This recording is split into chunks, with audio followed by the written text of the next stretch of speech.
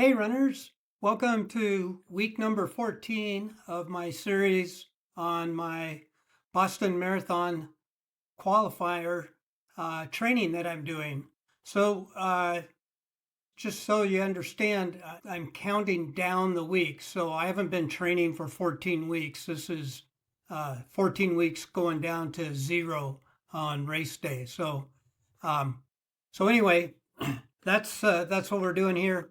So I want to go over what happened uh, this week. If you watch the last video, I spoke about having a 15K race this last Saturday. So showed up for that. Took off running and immediately suffered some gastro distress. And by the time I got to the first loop of 5K mark, I just dropped. It wasn't going to be a successful day running any further than that. So a little disappointed with that. But sometimes things just happen, out of your control. So didn't worry about that too much, though. I'm in part of a series, so I do in a month have to nail my 20K in order to hopefully win my series for my age group. So yeah, better luck next time.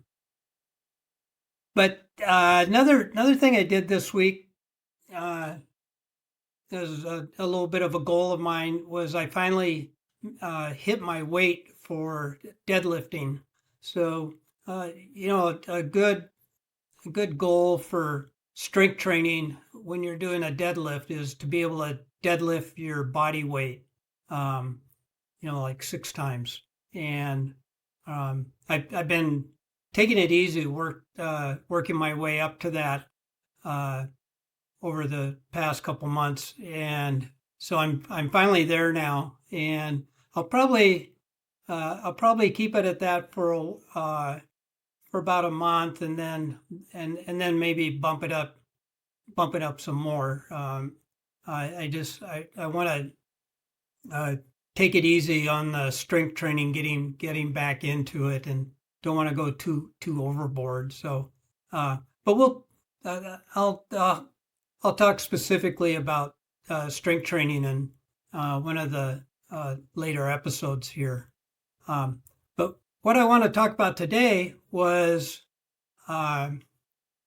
running to burn fat. And what brought that on was, I'm out here running this 5K race, and I got to tell you, more than half the runners out there were running with a spare tire around their waist, or they were overweight. Well, kudos to them, for getting out there and getting it done. And I think that there's a big fallacy that that maybe is the reason why many people get into running is, well, I want to run because I want to lose weight. And you just take a look at like these people running the 5K, or especially people who show up for a marathon. They've been training for months, and they're still overweight. So what gives? Why does this happen? And it's really pretty simple, but kind of difficult to pull off. So let's just put aside your diet. Let's say that you don't eat a lot of crap, and that you have a pretty good diet. Whatever kind of diet it is. So when you're running, as your intensity increases, the type of fuel that your body requires to do that changes. You go from if you're walking, your body uses your fatty acids, your fat stores for fuel. And then as you increase intensity, it starts grabbing glycogen or the sugars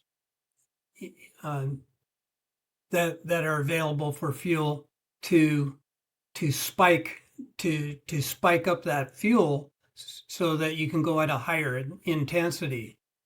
And what happens is if you start running at a higher intensity, then you're burning mostly glycogen or carbohydrates rather than burning fat.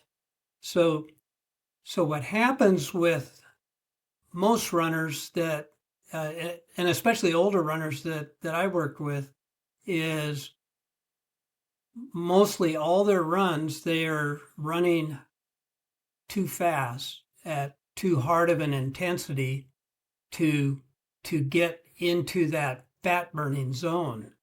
And if you're running and you want to lose weight, the only way it's going to happen is if you run at a low enough intensity that you're burning primarily fat for fuel rather than carbohydrates.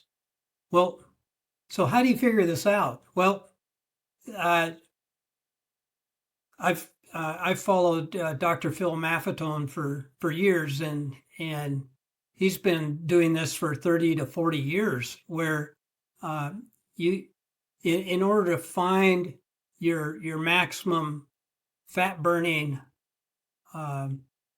pace is you use your heart rate as a guide, and you use this formula 180 minus your age, and that'll get you squarely into your fat burning zone as for your aerobic activity or your running.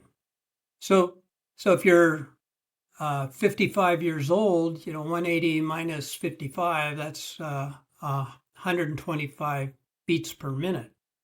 So if you're 50, 60, or 70 years old, and if when you go out for a run, let's say you're exceeding 125 beats per minute, then you are beyond your fat burning zone, and you're burning mostly glycogen or carbohydrates to fuel your runs, and you're not tapping into the available fat stores that you carry on your body for that run. And this boils back to the running industry with this whole, there's no gain without pain attitude, and honestly, the way I start out running is you got to feed the machine, eat all the carbs you can to feed your running, which is true. If you want to run fast, run hard, especially like during a race, you're going to need that glycogen and those extra carbs in order to do it. But if your goal is to maintain a healthy metabolism and a healthy body weight, you need to take in a whole different approach. And here's one way to find out if how serious this is for you. So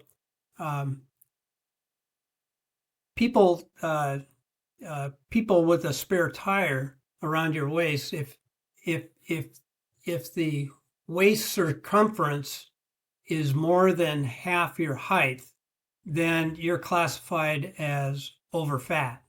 And that means, you've got some issues that are going to flare up over time as you get older. And if you measure your waist and and it's more than half your height, then your number one goal should be to, take care of that first, and then worry about getting fast and doing PRs, later on, because you're just not going to be healthy as you get older, and unless you get rid of that excess body fat. So what that means is, if you're an older runner like us, you're going to need to do most of your runs at or below that 180 minus your age mark, and just trying this out. Just try and get around the 120, 125 beats per minute, and see if you can actually run that way. And you might be able to do it, and that's great. That's where you should be. If you can't, then you may have to walk. Now, you go, well, walking's not going to get me anywhere. They said, well, that's not true. If you walk 3 miles, you're gonna build your aerobic capacity, and you're gonna burn body fat as fuel a lot more than if you run 3 miles at a higher intensity where you're not even tapping into your fat stores for fuel. So if you want to lose the weight, you might have to walk a lot. And like I said, if it's important to you, get this done first before you get into other types of training. You can, while you're walking or even doing run walks, where you run till your heart rate goes up to that calculated fat max part, and then you stop running and walk till your heart rate goes back down again, and then run.